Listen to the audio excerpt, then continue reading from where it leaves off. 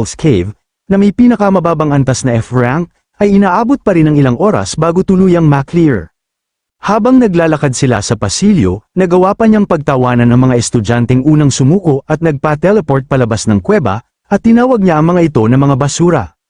Ngunit napansin nilang karamihan sa mga estudyanteng yun ay tila lubos na na-trauma, habang pinapahinahon siya ng kanyang kasama, napagtanto nilang ligtas na silang nakalabas sa Devil's Cave, ngunit ang ilan ay hindi pa rin makalimutan ang mga halimaw na kanilang hinarap dahil sa sobrang nakakatakot ng mga ito.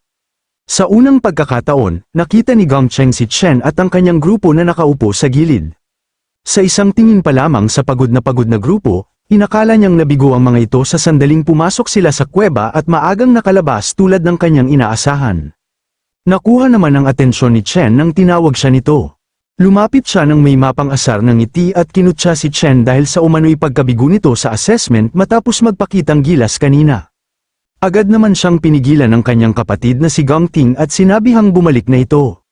Napalingon ang magkakapatid nang biglang dumating ang vice chairman ng alliance, kasabay nito, sinabi ng direktor na batiin nila ang mataas na opisyal na kararating lamang. Dahan-daang pumalakpak ang vice chairman at binati ang mga estudyante sa kanilang kahangahangang pagganap. Habang papalapit siya, nanatiling kalmado ang mukha ni Gong Ting, ngunit halos manginig sa pananabik ang kanyang kapatid dahil nakatayo sila sa harap ng isa sa pinakamakapangyarihang tao sa buong mundo. Inisip niya na papalapit siya sa kanila. May kumpiyansang iniabot ni President Ting ang kanyang kamay upang makipagkamay, ngunit lubusan siyang binalewala ni Ginoong Cavendish. Dumiretso lamang ito sa paglalakad at nilampasan siya nang hindi man lang tumitingin. Sa harap ng maraming tao, tila naduraj ang kanyang pagmamataas. Mas lalo pang lumala ang sitwasyon nang malakas na tawagin ng vice chairman ang kanyang karibal bilang isang tunay na kahanga-hanga. Hinawakan niya ang balikat ni Chen at ipinahayag sa lahat na nagawa nitong linisin ang isang D-rank dungeon sa loob lamang ng 20 minuto. Ayon pa sa kanya, kahit ang mga profesional na koponan sa sarili niyang guild ay hindi pa nakakabasag ng ganoong record, siya ay tunay na napakagaling. Hindi makapaniwala si Gong Ting sa kanyang narinig. Habang ang kanyang kapatid naman ay napalingon sa sobrang pagkabigla, hindi niya maintindihan kung paano nagawang talunin ng 4 na ordinaryong estudyante ang oras ng kanilang 10 miyembrong koponan at matagumpay pang nalinis ang isang D-rank lair. Dahil dito, masayang-masaya ang grupo ni Chen nang lumapit sa kanila ang vice chairman, agad naman nila itong binati bilang paggalang sa mataas na opisyal ng alliance. Samantala, halos wala namang reaksyon si Chen. Napaisip siya kung bakit personal na bumisita sa akademya ang ganoong kahalaga na tao. Masasabing ang pangalawang pinakamakapangyarihan na tao sa mundo ngayon. Agad naman siyang kinilala ng vice chairman at sinabi nitong hindi pala nasayang ang oras na ginugol niya sa pagpunta dito. Pagkatapos ay lumingon siya sa young master ng pamilyang Gong at sinabi na mahusay din ang kanyang pagganap. Ayon sa vice chairman, kahanga-hanga na sa murang edad ay nagawa niyang pamunuan ang isang pangkat upang linisin ang Devil's Cave, isang D-rank na dungeon. Sinabi pa niyang talagang mahusay siyang naturuan ng guildmaster na si Gong Lin, at idinagdag ang kasabihang, like father, like son. Masaya namang ngumiti si Gong Lin sa kanyang narinig, ngunit palihim siyang tumingin sa kanyang anak nang may halong galit. Pagkatapos nito, inanunsyo ng vice chairman na oras na para siya ay umalis. Habang papaalis na sila, binati ng vice chairman ang principal at sinabi na talagang siya ang nagwagi sa pagkakataong ito. Ayon sa kanya, ang makatagpo ng isang pares na mga prodigy ay isang napakabihirang pangyayari na halos minsan lamang mangyari sa loob ng isang milenyo. Mabilis namang sumingit ang direktor ng akademya upang ayusin ang sitwasyon. Inihayag niya ang pinal na resulta ng pagsusulit at sinabi na nagtabla ang 2 pinakamahusay na koponan. Dahil dito, pareho silang makatatanggap ng opisyal na imbitasyon upang sumali sa Imperial Guild.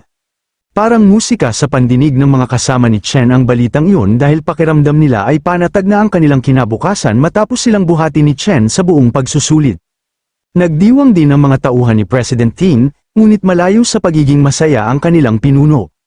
Idinagdag pa ng direktor na ang mga kapitan ng 2 koponan ay bibigyan ng mga posisyong pangpamamahala sa guild bilang gantimpala sa kanilang pamumuno, samantala, ang $1,000,000 na gantimpala ay hahatiin ng patas sa kanilang 2. Nang marinig yun, kapwa nagulat ang 2 team leader. Tahimik namang nag-alala si Chen dahil alam niyang hindi sasapat ang $500,000 upang mabayaran ang kanyang utang, kailangan pa niyang maghanap ng paraan upang makuha ang natitirang halaga at matupad ang kanyang pangako sa Mithril Exchange Guild. Ngunit tila mawawala ng saysay ang pag-aalalang yun nang hayagang tumanggi si President Ting na tanggapin ang tabla.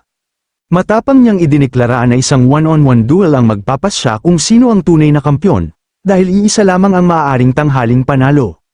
Ang biglaang hamong yun ay labis na ikinagulat ng lahat at maging ng vice chairman. Nag-aalala sa padalos-dalos na desisyon ng kanyang pamangkin, agad na sinubukan ng direktor na kumbansihin itong tanggapin na lamang ang tabla. Ipinaliwanag niya na iyon na ang pinakamagandang resulta, lalo na pagkatapos ng kahihiyang sinapit nito. Inakala ng direktor na tatanggihan ni Chen ang walang saysay na laban. Ngunit sa hindi inaasahan ay kaagad itong pumayag sa isang kondisyon, ang mananalo ay makakakuha ng buong $1,000,000 na premyo. Nang marinig ito, napaubo sa gulat ang direktor. Samantala, buong kumpiyansang sinabi ni Gang Ting na kapag natalo siya nito, makukuha niya ang lahat ng nararapat sa kanya. Naging interesado naman ang vice chairman, at sinabi niyang mukhang hindi pa pala tapos ang palabas na ito. Sabay na naglakad ang dalawa palapit sa isa't isa at nagharap ng may matinding determinasyon. Tumingin si Chen kay Gang Ting at sinabi rito na sabihin na lamang kung paano nila ito aayusin. Makalipas ang ilang oras, sinabi ni Ching kay Chen na inaasahan na niyang makukuha nito ang unang pwesto, ngunit hindi niya inakalang makakakuha ito ng perpektong marka. Dahil nakikita niya si Chen sa lahat ng balita, pakiramdam niya ay tama ang naging desisyon niyang suportahan ito sa pananalapi. Inalok niya si Chen na kanselahin na ang utang nitong $1.5 milyong at tinawag niya itong isang angel investment para sa kinabukasan nito. Naging tahimik naman si Chen habang tinatawag siya nito. Ngunit ayaw tumanggap ni Chen ng libreng tulong, matatag niyang sinabi na ang utang ay utang at kailangan niya itong bayaran ng buo. Ipinaliwanag ni Chen na dalawa ang dahilan ng kanyang pagpunta roon at agad na nakuha nito ang interes ni Ching. Una, humiling siya ng 1 linggong palugit sa pagbabayad ng kanyang utang, dahil nauwi sa tabla ang graduation assessment, kinulang siya ng $500,000 sa kanyang premyo. Ibinunyag niya ang plano niyang makuha ang natitirang halaga, isang one-on-one tiebreaker laban sa isa pang kampyon, si Gang Ting, gaganapin ang laban sa susunod na linggo sa loob ng isang ligaw na Devil's Cave. Nagulat si Ching nang marinig ang plano at kinwestiyon kung bakit papasok ang dalawang estudyante sa isang wild na dungeon. Binalaan niya si Chen na napakadelikado nito, lalo na kung wala silang propesyonal na pagsasanay. Ngunit kalmado lamang si Chen at sinabing huwag itong mag-alala, nangako siyang makukuha niya ang natitirang $250,000. Bilang kabayaran sa extension, ipinangako rin niyang ibibigay niya kay Ching ang lahat ng monster materials na makukuha niya sa kuweba bilang interes. Habang pinagmamasdan ang kawalan ng takot at matinding determinasyon ni Chen na mabayaran ang kanyang utang, napawis na lamang si Ching sa hindi makapaniwalang pagkamangha. Inamin niya sa sarili na tunay ngang kakaiba ang binatang ito. Casual na idinagdag ni Chen na mayroon pa siyang pangalawa at mas mahalagang dahilan ng kanyang pagbisita. Seryoso ang kanyang mukha nang sabihin niya ang huli niyang balak. Anuman ang kanyang isiniwalat ay tuluyang ikinagulat ni Ching. Habang patuloy siyang nagsasalita, napanganga si Ching sa sobrang pagkabigla at hindi makapagsalita habang nakatitig lamang kay Chen. Nang hapon ding yun, sa Ching Shui Middle School, ipinagdiriwang ng nakababatang kapatid ni Chen na si Siyun ang pagtatapos ng kanilang final exams. Habang nagrereklamo ang kanyang mga kaklase sa hirap ng pagsusulit, masaya niyang tiningnan ang kanyang cellphone at napansin na nagsisimula na ang kanyang bakasyon sa tag-init. Bigla niyang naalala na mahalagang araw din yun para sa kanyang kuya, ang araw ng graduation assessment nito. Napatingin siya sa lock screen ng kanyang cellphone kung saan makikita ang masayang selfie nilang magkapatid 4 na taon na ang nakalipas. Sa alaala niya, biglang pumasok sa silid si Chen habang hawak ang kanyang admission letter mula sa National Awakener University, labis ang tuwa nito dahil mayroon siyang elemental potential. Masiglang tinanong noon ng batang si Siyun kung magiging isang Awakener din ba siya tulad ng kanilang mga magulang.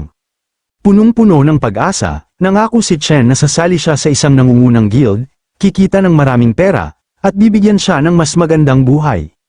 Naniniwala rin siyang sa pamamagitan ng pagkakaroon ng kapangyarihan ay matutuklasan niya ang katotohanan sa likod ng pagkawala ng kanilang mga magulang.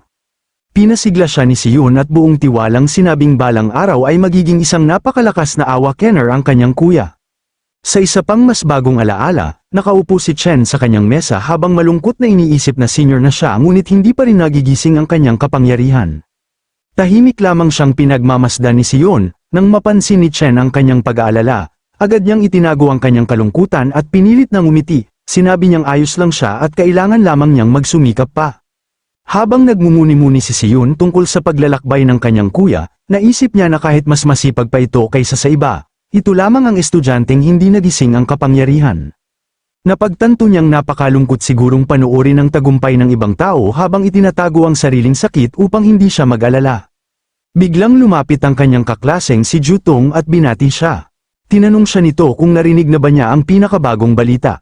Ayon sa kanya, may 2 henyong nagtapos ngayong taon sa National Awakener University. Ipinaliwanag niyang parehong naghatid ng perpektong marka ang 2 yun sa kanilang mga koponan at personal pang pinuri ng Vice Chairman ng Guild Alliance, dahilan upang sumikat ang kanilang county.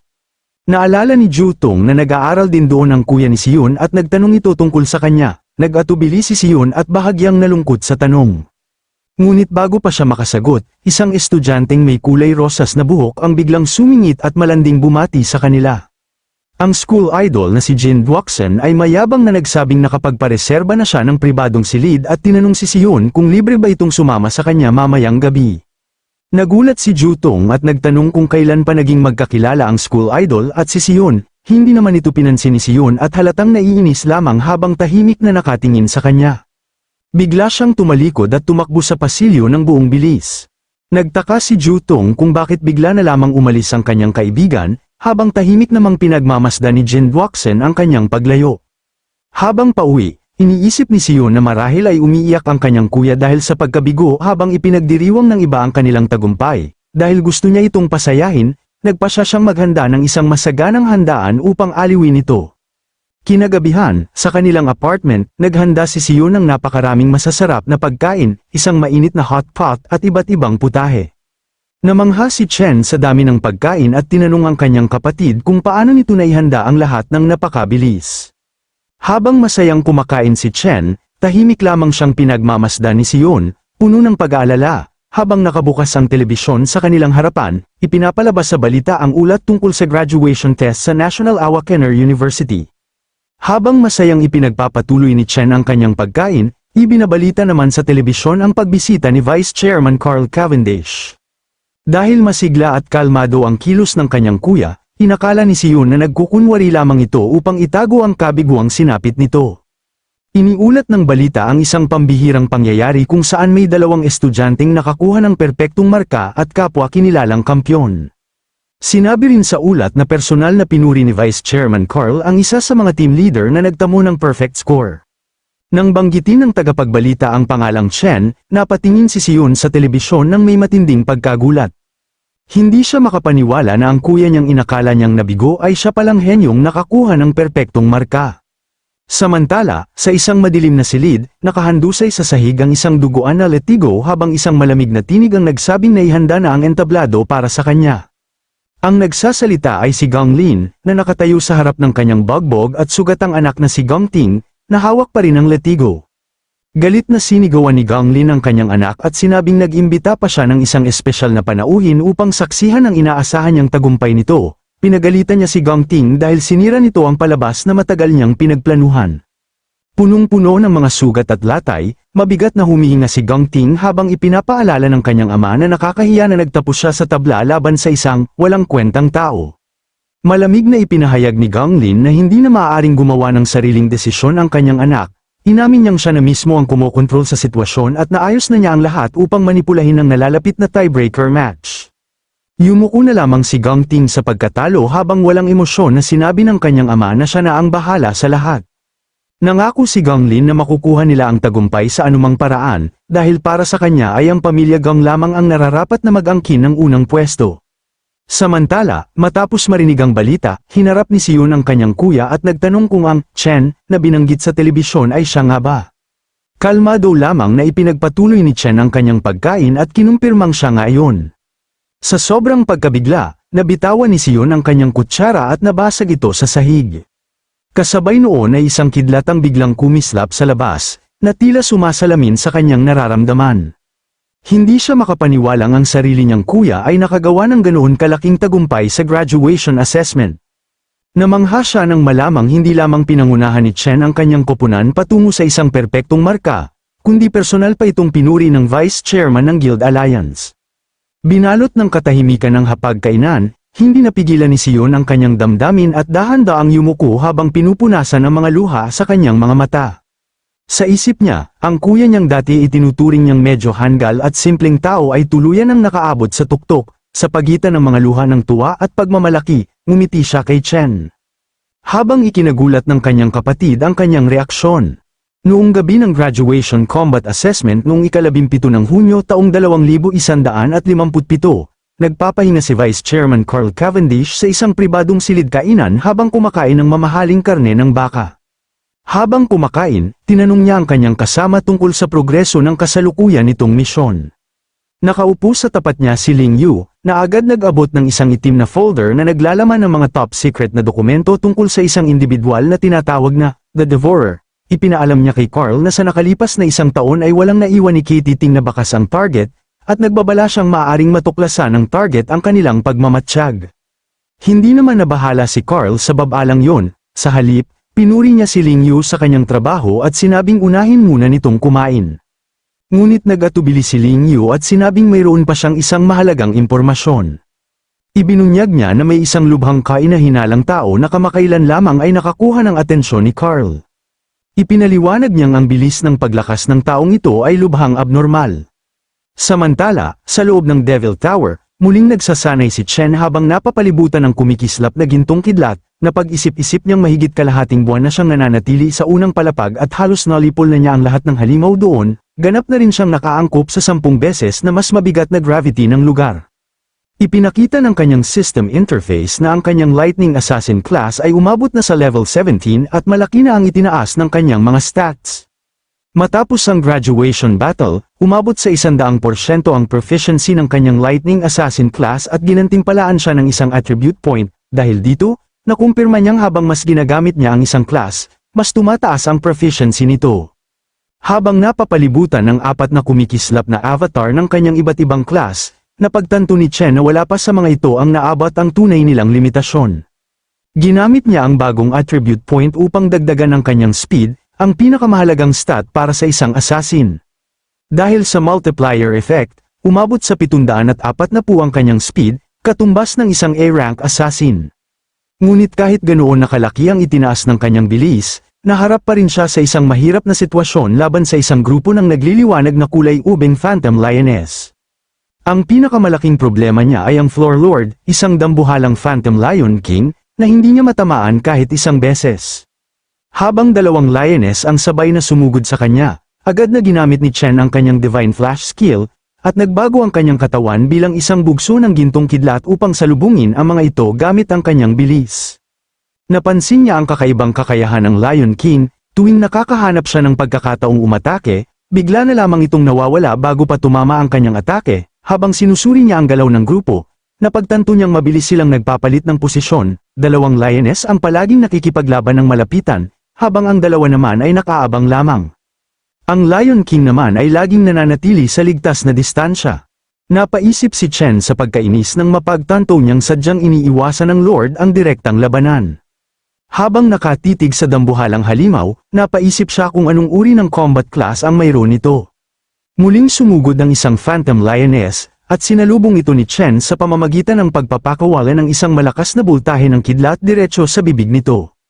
Ngunit sa mismong sandaling papatayin na niya ito, naglaho ang halimaw sa isang kisap ng kulay rosas na liwanag. Doon niya napagtanto na hindi lamang ang Lion King ang may kakayahang mag-teleport, maging ang mga Lioness ay nawawala rin sa tuwing susubukan niyang tapusin ang mga ito. Isang spatial portal ang bumubukas at ligtas silang lumilitaw muli sa tabi ng Lion King. Naging malinaw kay Chen ang estratehiya ng grupo, sa tuwing titigil siya sandali, may isa na namang Lioness na susugod upang ilihis ang kanyang atensyon. Determinado siyang sirain ang kanilang koordinasyon kaya pinadaloy niya ang gintong kidlat sa kanyang kamay at nagpakawala ng sunod-sunod na mabilis na paghiwa, ngunit paulit-ulit na naglalaho ang mga halimaw bago pa man tumama ang kanyang pag-atake. Mahigpit nilang pinananatili ang kanilang pormasayon at agad bumabalik sa tabi ng Lion King sa tuwing nasa panganib sila. Pinipilit ng mga Lioness si Chen na harangin ang kanilang kumikislap na mga kuko habang ang bawat kontra-atake niya ay nauuwi sa wala. Patuloy ang walang katapusang pagpapalitan ng mga umaatake habang nagpapalit-palit sila gamit ang mga portal. Kahit paulit-ulit silang tinatamaan ni Chen, naglalaho sila sa mismong sandali ng pagbangga. Dahil dito, napilitan siyang lumaban sa isang nakakapagod na labanang tila walang katapusan. Habang pinapawisan dahil sa walang humpay na labanan, masamang tinitigan ni Chen ang Lion King at napagtanto niyang sinasadya nitong patagilan ang laban upang paglaruan siya. Tumalon siya sa ere upang umiwas sa isang sumasalubong na halimaw at napaisip kung bakit ipinipilit niyang talunin ang mga kalabang may teleportation gamit lamang ang bilis, nagpasya siyang baguhin ang kanyang taktika. Binuksan niya ang system interface at nagsimula ng class switch, isang malamig na bughaw na enerhiya ang bumalat sa kanyang katawan habang unti-unting nababalutan ng yelo ang kanyang balat na tila baluti. Naging kulay puti ang kanyang buhok at nagliwanag ng bughaw ang kanyang mga mata. Napagdesisyonan niyang gamitin ang kanyang mage class upang pigilan ang mapanlinlang nakakayahan ng Lion King. Kinumpirma ng sistema ang kanyang pagbabago bilang level 17 Cloud Mage Frostbone Skeleton King. Tumayo siyang matayog na tila isang hari ng yelo na may nagyayelong korona at naghanda upang kontrolin ang buong larangan gamit ang kanyang malawakang area of effect spells.